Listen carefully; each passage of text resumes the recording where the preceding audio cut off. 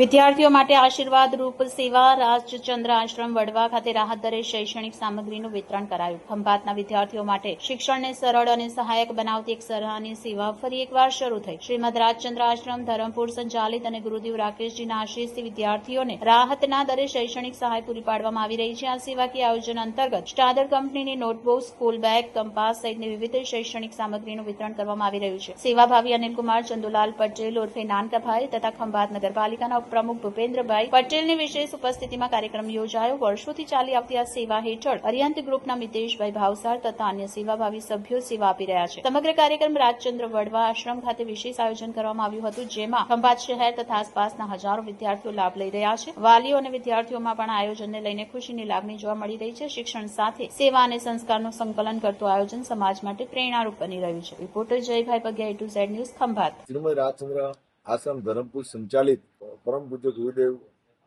રાકેશભાઈ ગુરુના આશીષ થકી શૈક્ષણિક સાધન સહાયનું આયોજન કરવામાં આવે છે. તેમાં સ્ટાન્ડર્ડ કંપનીના નોટબુક્સ, કંપાસ, સ્કૂલ બેગ વગેરેનું વિતરણ કરવામાં આવે છે.